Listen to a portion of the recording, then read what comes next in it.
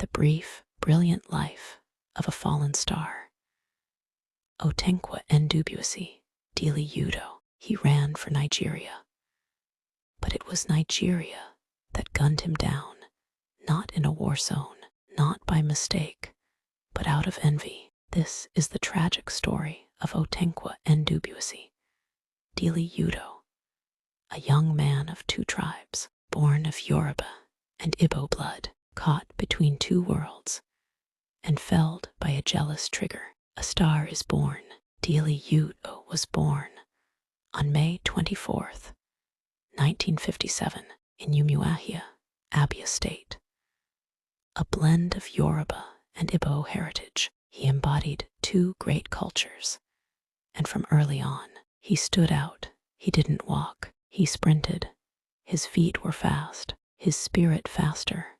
A prodigy, a dreamer, and a boy racing toward glory. In the 1970s, Dele crossed the Atlantic to chase his dreams in the United States. He enrolled at the University of Missouri, where he became a track legend. As part of the Missouri Tigers, he stunned audiences, becoming a collegiate champion and one of the most promising 400m runners. In 1978, he etched his name into history, helping set a world record in the sprint medley relay at Baylor International in Texas. By 1980, he was on the world's biggest stage, the Moscow Olympics, representing Nigeria alongside stars like Sunday UTI and Hope Ezigbo. And then he came home, not to rest, but to serve, to give his talent back to the country he loved. A nation's shame.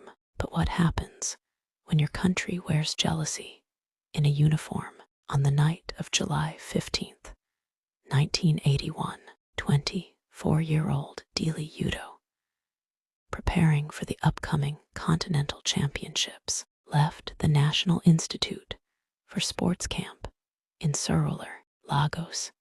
Dinner was over, the food was gone, so he and a few friends headed to Ajulegba, just a short ride away, in search of a meal. Hunger shouldn't have been a death sentence, but that night, it wasn't hunger that killed Dele Udoh. Flagged down by a police officer, Dele, polite, respectful, tried to explain who he was and why they were out. He told the officer calmly, "In the US, where I just returned from, police officers don't point guns at innocent people like this." But the truth cuts deep. The officer's reply was chilling.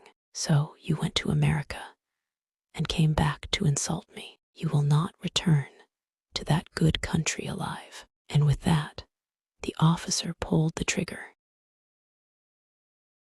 A country betrays its own, just like that. Dele Udoh, who chose Nigeria over fame abroad, was murdered in cold blood by the same country he was preparing to represent once more. A single bullet ended the life of a national hero, a protector turned predator, a country turned killer. Back at camp, chaos followed.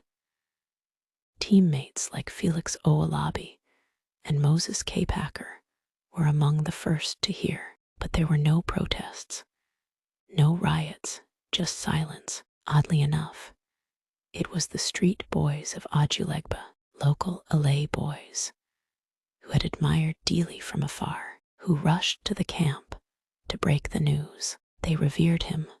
The officer, sworn to protect him, did not cross oceans, while Nigeria mourned quietly. Grief echoed thousands of miles away. At the University of Missouri, Dele's close friend Godwin Obasoji had the agonizing duty of breaking the news to Coach Bob Teal. The coach, devastated, said, "Dele was one of our most beloved, a man of warmth, wisdom, and speed, and he was gone. Love, loss, and a life never known." In St. Louis, Dele's teenage wife, Angela Udoh, was pregnant when she learned she had become a widow. The Nigerian government, under President Shehu Shagari, flew her to Azu Abam for the burial. There, tradition required she sleep beside her husband's body the night before burial, and she did, not out of obligation, but out of love. She returned to the U.S., carrying their unborn daughter, Angela Burris, who would grow up fatherless for 37 years. Angela never knew the full story of her father's death until Nigerian journalist Taiwo Abiodun found her in 2018 and told her everything. Justice denied the police officer who murdered Dele Udoh. He faced no justice. He walked free, shielded by a system that devours its best and brightest. Dele ran for his country, and his country repaid him, not in war, not by mistake, but in envy. Remember his name. He was 24. He was polite. He was hungry. He was Nigerian, and that was enough to get him killed. Let the world remember Otenkwa Ndubuisi Dele Udoh.